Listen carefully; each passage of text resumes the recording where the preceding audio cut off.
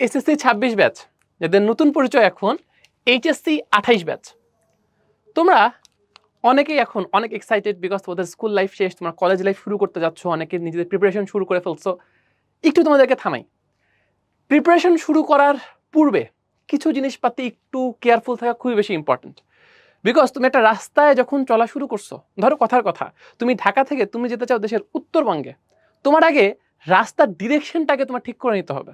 তুমি যদি ম্যাপটা ভালো মতো না বুঝো, তুমি যাত্রা শুরু করছো বাট তুমি আগানো শুরু করছো হচ্ছে দক্ষিণ দিকে, তাহলে কিন্তু তুমি উত্তরবঙ্গে কখনো পৌঁছাবা না, রাইট? সো এই জিনিসটা কিন্তু আমাদের বুঝতে হবে যে তোমরা প্রিপারেশন শুরু করতে চাচ্ছ অনেকেই, বাট তোমাদের রাইট ডিরেকশনটা তোমাদের জানা খুবই দরকার, যে তোমরা কোন রাস্তায় তোমরা হাঁটবা, কোন রাস্তায় হাঁটলে তোমাদের যে কাঙ্ক্ষিত স্বপ্ন, কাঙ্ক্ষিত গোল, যে এইচএসসিতে একটা ভালো রেজাল্ট করা এবং দিন শেষে অ্যাডমিশনে তোমাদের হচ্ছে পছন্দের জায়গায়, তোমাদের স্বপ্নের জায়গায় যাওয়া, সেই রাস্তায় হাঁটতে হলে তোমাদের কোন জিনিসগুলো মাথায় রাখতে হবে সেটাই ছোট্ট করে জানাবো হচ্ছে আমাদের আজকের এই ভিডিওতে, যে কোন জিনিসগুলো আমাদের শুরু থেকে কেয়ারফুল থাকা খুবই ইম্পর্ট্যান্ট। সবচেয়ে গুরুত্বপূর্ণ আমাদের কলেজ লাইফে যে দুইটা জিনিস, সেটা হলো সময় ও সিলেবাস। তোমরা এতদিন পর্যন্ত সময় আর সিলেবাসের যে কম্বিনেশনটা দেখে আসছো, এখন সেই কম্বিনেশনটা হচ্ছে পুরোপুরি উল্টা।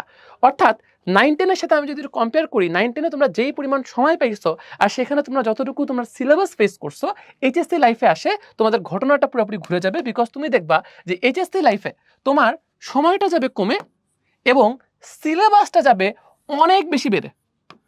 মানে সময়টা ঠিক যতটুকু কমবে তার থেকে সিলেবাস অনেক বেশি বেড়ে যাবে।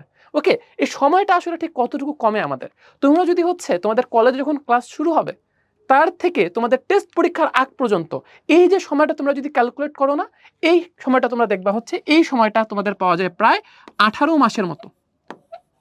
তোমাদের কলেজে ক্লাস শুরু থেকে টেস্ট পরীক্ষা পর্যন্ত। টেস্ট পরীক্ষা পর্যন্ত কেন হিসেব করছেন? বিকজ নর্মালি আমাদের টেস্ট পরীক্ষা তোমাদের যতটুকু সিলেবাস এইচএসসি সেই সিলেবাসের উপরেই হয়, টেস্ট পরীক্ষার মধ্যেই আমাদের সিলেবাস শেষ করতে হয়, ওই সময়টা তোমাদের 18 মাসের মতো পাওয়া যায়। তুমি যদি এইচএসসি পর্যন্তই ক্যালকুলেট করতে চাও, টেস্ট পরীক্ষার সাথে আরো 2-3 মাস সময় তুমি হয়তো যোগ করে নিও নিজ দায়িত্বে, ঠিক আছে? তাহলে তুমি হিসাব করে দেখবা তুমি 18 থেকে 20-21 মাস পর্যন্ত সময় সর্বোচ্চ পাচ্ছ তোমাদের কলেজ লাইফের সিলেবাস শেষ করার জন্য। তাহলে এই সিলেবাসটা আসলে কতটুকু? এই যে ভাই অ্যারো সাইন দিয়ে যেটা দেখাইলাম, যে ভাই এই সিলেবাসটা এসএসসির তুলনায় অনেক অনেক অনেক বেশি, অ্যাটলিস্ট 3-4 গুণ বেশি। ওকে, তো তোমার এই জন্য শুরু থেকে কেয়ারফুল থাকা খুবই বেশি ইম্পর্টেন্ট। এবং তোমার জন্য যেটা সবচেয়ে বেশি ইম্পর্টেন্ট সেটা হলো সময়ের সদ্ব্যবহার, যে তোমার সময়টাকে খুবই প্রপারলি কাজে লাগানো। তোমরা মোটামুটি এসএসসির ছুটির পর থেকে তোমরা তো হচ্ছে মানে এসএসসি তোমাদের শেষ হওয়ার পর থেকে মোটামুটি ঈদ উপলক্ষে বলো একটা ছুটি তোমরা কাটাইছো। সামনে তোমাদের হচ্ছে কলেজে ক্লাস শুরুর আগ পর্যন্ত তোমাদের হাতে আরও কিছুদিন সময় থাকতেছে। অবশ্যই তোমরা ছুটি কাটাবা, অবশ্যই তোমরা হচ্ছে তোমাদের পছন্দের কাজগুলো করবা, তোমাদের শখ পূরণ করবা, অবশ্যই সেটা সত্যি কথা। কিন্তু এর পাশাপাশি এই সময়টা কাজে লাগায় দিনের কিছুটা সময় বের করে তোমরা যদি কিছু পড়াশোনা আগায় রাখতে পারো, তাহলে তুমি দেখবা সেটা তোমাকে সামনে অনেক অনেক বেশি তোমাকে হচ্ছে সহযোগিতা করতেছে তোমার সিলেবাস কমপ্লিট করার ক্ষেত্রে। আবারও বলছি ভাইয়া, আমি মোটেও এই কথা বলতেছি না যে তুমি এখন থেকে দিনে 24 ঘন্টা পড়াশোনা করো, ঠিক আছে? এই কথা আমি বলছি। আমি জানি যদি আমি মানাও করি, still there is a group of students যারা হচ্ছে একদম সিনসিয়ারলি পড়াশোনা করবে, আচ্ছা তারা করুক, বাট আমার জেনারেল স্টুডেন্টদের জন্য আমি সবাইকে বলছি না যে না তুমি এখন থেকে দিন রাত 24 ঘন্টা পড়াশোনা করো। I am just suggesting you as a বড় ভাই যে দিনে কিছুটা সময় বের করো, এখন থেকে কিছুটা সময় বের করে কিছুটা তোমার পড়াশোনা একটু করে তুমি আগায় রাখো।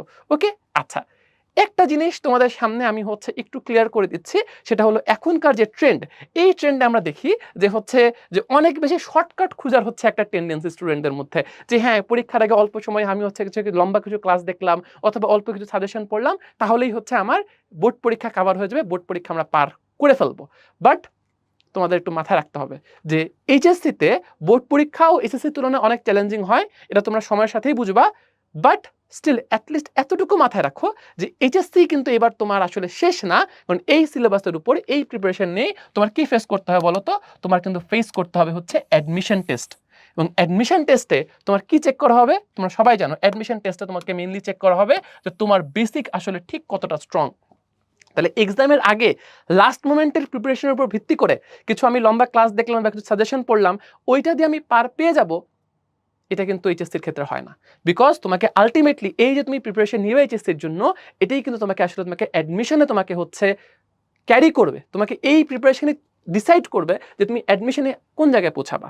সো এসএসসিতে যাই করে এসে থাকো না কেন, এইচএসসির ক্ষেত্রে একদম শুরু থেকে সিনসিয়ার থাকা, বেসিকগুলো ক্লিয়ার রাখা, জিনিসগুলো বুঝে বুঝে পড়া এবং এমন গাইডেন্সের মধ্যে থাকা যেখানে তুমি মোটামুটি শিওর যে না তোমাকে হচ্ছে প্রপার, তোমাকে হচ্ছে একটা গাইডলাইনের মধ্যে রেখে তোমার বেসিকটা ক্লিয়ার করা হবে এবং তুমি একটা ঠিকভাবে একটা জিনিস তুমি শিখবা, ঠিকভাবে তোমার আন্ডারস্ট্যান্ডিং তৈরি হবে। এই জিনিসটা ইনশিওর করা খুবই ইম্পর্টেন্ট, নাহলে তোমরা বুঝতেই পারতেছো মহাবিপদ। মানে অ্যাডমিশনে তুমি দেখা যাবে যে অনেক স্টুডেন্ট প্রতি বছরই দেখি যে অ্যাডমিশনের টাইমে গিয়ে তারা এমন বিপদের মধ্যে পড়ে যে ওই মোমেন্টে তারা হচ্ছে কুল কিনারা ঠিক মতো খুঁজে পায় না। ওকে, লাস্ট একটা টপিক নিয়ে যেটা না বললেই না, সেটা হলো বই। এই জিনিস নিয়ে আমাদের কখনো এতদিন চিন্তা করতে হয় নাই। এই জন্য কলেজ লাইফে এসে স্টুডেন্টরা একটা বড় কনফিউশনে পড়ে যায় যে কোন বই ফলো করবো, বিকজ এতদিন পর্যন্ত তো আমাকে বোর্ডি বই প্রোভাইড করতো, ওই বইটা পড়তাম, কাজ হয়ে যেত, তাহলে এখন আমি কোন বই পড়বো। আবার কলেজ তো আমার এখনো ডিসাইড হয় নাই, আমি একটা এখন বই কিনলাম, কলেজে হয়তো আরেকটা বই বলবে, তো আমি আসলে কি করবো, কলেজে কোন বই বলবে সেটা তুমি এখন জানি না। আবার এতগুলো রাইটারের বই, ম্যাথের জন্য তুমি দেখবা বাজারে 10-12টা রাইটারের বই আছে, ফিজিক্সের জন্য সেম, কেমিস্ট্রির জন্য সেম, তাহলে তুমি এখন কোন বই পড়বা।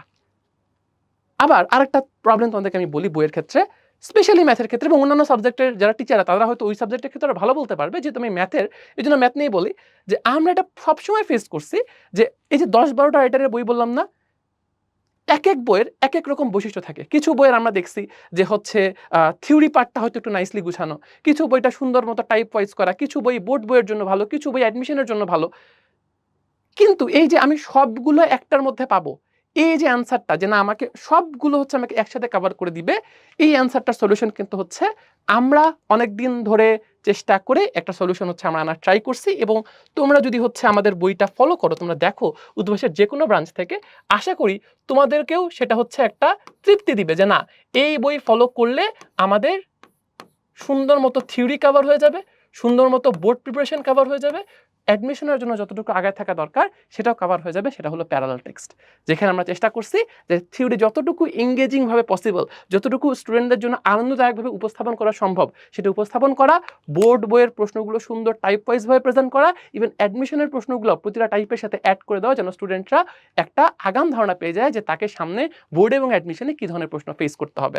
সো আই উইল সাজেস্ট যে তোমরা প্যারালাল টেক্সটগুলো যদি কালেক্ট করো, তাহলে এই মুহূর্তে তোমাদের হচ্ছে অন্য আর কোনো বইয়ের চিন্তা করা লাগছে না। যখন তোমরা কলেজে ভর্তি হবা, কলেজের টিচাররা বইয়ের লিস্ট দিবে, বইয়ের সাজেশন দিবে, কলেজে যে বই ফলো করবে, তখন দরকার হলে তুমি সেই বইটা সংগ্রহ করলা। এই মুহূর্তে তোমার সেই এখনই বই কেনার দরকার নাই, এখন প্যারালাল টেক্সট দিয়েই দেখবা যে তোমার যতটুকু দরকার তার থেকে ভালো মতোই তোমার হচ্ছে কাজ আগে যাবে ইনশাল্লাহ। সো সবাই যাত্রা শুরু করছো, বাট যাত্রা শুরু করার জন্য এই যে 3টা পয়েন্ট মোটামুটি কথাবার্তা বললাম, এই 3টা পয়েন্ট নিয়ে তোমরা যদি একটু ঠিক মতো সামনে আগাও, দেখবা যে তোমাদের সামনের এইচএসসি জার্নি ইনশাল্লাহ খুবই সুন্দর হবে। তোমাদের সবার জন্য অনেক অনেক শুভকামনা। আল্লাহ হাফেজ, আসসালামু আলাইকুম।